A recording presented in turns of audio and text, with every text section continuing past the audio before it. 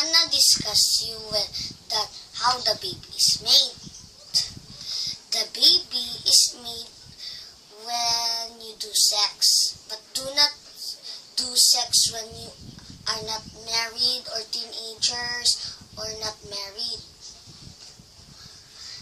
I'm gonna show you how does the baby is made. The egg of the ovary will go here when it's ripe. Then the sperm of the testes will go here and here and here, go here, here. They combine. The other sperms that didn't combine will die and turn into blood.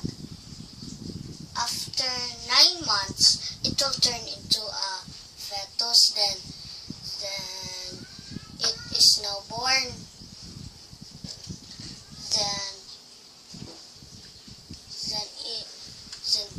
kids do not do